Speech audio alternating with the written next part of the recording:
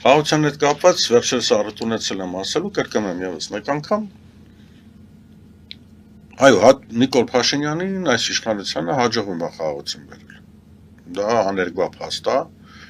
լավագույն օրինակը Արցախն է։ Այնտեղ նույնպես կրակոց չկա, ոչ մեկ չի զոհվում, ոչ մեկ չի մեռնում, մի հատ փոքրիկ բացառություն կա, ուղղակի հայ չկա։ Ես կարծում եմ նույն ձևի խաղաղություն սպասվում է Հայաստանի Հանրապետության։ Ինչ խաղաղության մասին կարանք խոսանք, երբ որ մեր Հայաստանի Հանրապետության տարածքները օկուպացված են։ Գերիները այնտեղ են, ադրբեջանցիներն էլ արդեն գալիս են մտնում են այստեղ, Ամասիայում իրենց տունն են ման գալի, մարդկանց ցույց են տալի, ասում են սա մեր տունն է, ու մենք գալու ենք։ Հիմա վաղ այդ ադրբեջանցին, որ եկավ Ամասիայի այդ բնակչին տնից հանելու իր տունը վերցնելու, դա խաղաղության դրսևորում արնելու, թե նորից Հաչապնակի կրակոցների նման իրար մորթել են։ Սա է ամբողջ խնդիրը։ Ես ես ասեմ ավելին, իմ մոտ այնպեսի տպավորություն է, որ այն ինչ որ կատարվում է այդ զինված բախումներ եւ այլն, այնպես չի, որ իշխանությունը անկարող է դա կասեցնել, այլ ձեռ է տալի, որտեղ ինչքան ներքին բառակտումը ավելի խորանա, այնքան արտաքին հարաբերություններում ադրբեջանցիների հետ հարաբերությունները ավելի լավ կլինեն։ Այսինքն գտնում եք, որ այս ամենը զուտ պառակտիչ գործերից է։ Միանշանակ, ուրիշ ոչ մի բան չի կարելի։ Իսկ իրավապաշտպանները ինքնուրույն չեն գործում, սա էլ փաստորեն ձեր դիրքորոշումն է։ Իրավապահները ավելի շուտ նկատի ունեք։ Այո։ Իհարկե։ Կա ճնշում հենց իշխանությունների կողմից, թե կոնկրետ հրահանգ։ Կոնկրետ հրահանգ։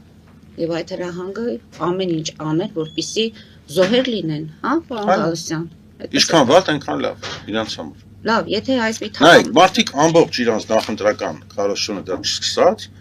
տանում են նույն բանի վրա։ Եթե մենք չլեցինք պատերազմը, մենք չեղանք զոհեր։ Հիմա այդ զոհերը իրանք կամաց ցույց են տալիս։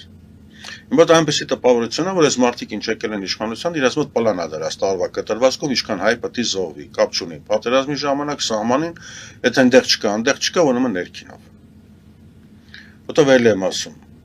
Ես հիշում եմ 90-ական թվականները, երբ որ հրադադարը կնքվեց եւ բոլոր այն կլասիկ միջոցառումները, որ իրականացվել են դեռևս այն ժամանակվա տեխնիկական հագեցվածությամբ, մեզ հաջողվեց 2 ամսվա ընթացքում ամբողջ զենքերը հավաքել։ 90-ականներից միջև անցել է գրեթե 30 տարի։ Տեխնոլոգիաները, որոնողական սարքերը եւ ամեն ինչը մի քանի անգամ, մի քանի 100 անգամ ավելի կատարյալ է։ Ես որևիցե միջոցառում չեմ հիշում 44-օրյա պատերազմից հետո Հայաստանի Հանրապետությունում ապօրիններ բերված զենքերի հետ կապված, բացարձակապես։ Ընդհակառակ էս մարդիկ ինչ արեցին։ Զենքի մասին օրենքում փոփոխություն արեցին։ Բոլորին զենք սկսեցին բաժանել։ Ինչա նախկին իշխանությունները 90-ական թվականների կամ նույն Քոչարյանը կամ Սերժ Սարգսյանը չեն կարողանում զենք ծախել, կարող էին։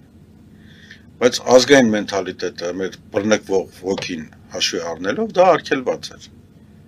Այսօր դա էլ բացեցին։ Նպատակը մեկն է, որ 1-2 սիրեք մի քիչ էլ վերահսկողությունը թույլատում ես, մարդիկ սկսում են հայերը սկսում են սպանել հայերին։